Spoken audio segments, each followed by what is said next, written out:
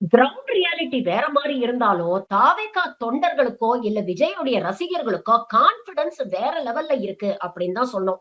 இங்க பாருங்க, ஒரு வயதான முதியவர் திமுக ஒன்றிய கவுன்சிலர் கிட்ட வெளிப்படையா சவால் விடுறாரு. இந்த தேர்தல்ல விஜய் தான் ஜெயிப்பாரு.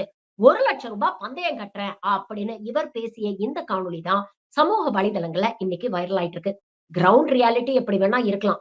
ஆனா, விஜய் ரசிகர்கள் அவர் மீது வைத்திருக்கிற நம்பிக்கை அசைக்க முடியாததாக இருக்கு. இந்த நம்பிக்கைக்கு பாத்திரமாக விஜய் நடந்துப்பாரா? அப்படிங்கிறது தான் மிகப்பெரிய கேள்விக்குறியா இருக்கு. நீங்க என்ன நினைக்கிறீங்க? உங்க கருத்துக்கள பதிவு பண்ணுங்க. பழனிசாமி ஆம்பளைக்கு பிரி சொல்லிக்கிறாருல்ல, அது எப்படி என்ன நாடு? ஆம்பளைகளுக்கு பிரி, பொம்பளைகளுக்கு பிரி, சும்மா ஆயில் பெட்ரோல் டீசலுக்குள்ள எங்க போறது? என்ன நாடு? 9 லட்சம் கோடி கடன் இருக்குதாம. விஜய் வந்து கட்டுவாரு, கொஞ்சம் கொஞ்சமா வசூல் பண்ணி கட்டுங்கிறாரு. ஒரு படத்துல காமிக்கலையா? அதே மாதிரிதான் எடுப்பா, நீங்க பேட்டி எடுங்க. அந்த அம்மா திமுகவுல ஒன்றிய செயலாளர் இந்த கருத்தை ஜெயிக்கும் அப்படிங்குது.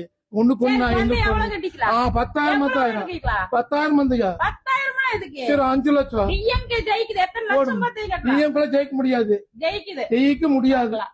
பாதி ஏடிஎம்கே ஜெயிக்கு, முக்காவாசி விஜய் ஜெயிப்பாரு. எங்க ஏரியாவில கொஞ்சம் நஞ்சா பழனிசாமிக்கு வரு. அந்த ஏரியா ஃபுல்லா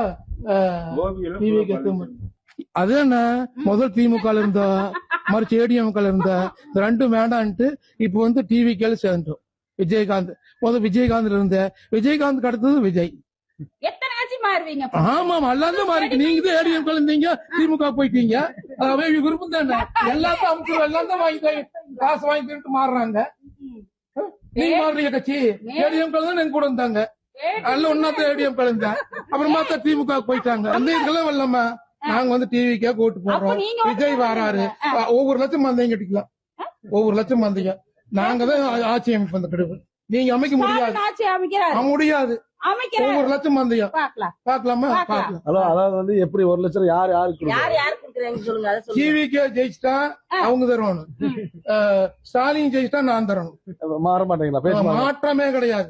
நீங்க மாற மாட்டீங்களா? ஆனா தரல என்ன, ஒரு குடும்பமே பூரா போடுறாங்க. நீங்க வந்து எலெக்ஷன் அன்னைக்கு பாருமா, எலெக்ஷன் பாரு எத்தனை வேலை வருது எங்க போடுங்க. 3 லேடிஸ் ஓட்டு ஸ்டாலினுக்கு அதெல்லாம் போகாது. இதெல்லாம் சொல்லுவாங்க சும்மா. நீங்க வேணாலும் பாக்கலாம், எதுக்கு போராட்டம்? அதுக்கு நீங்க அது காமி 1 லட்சம்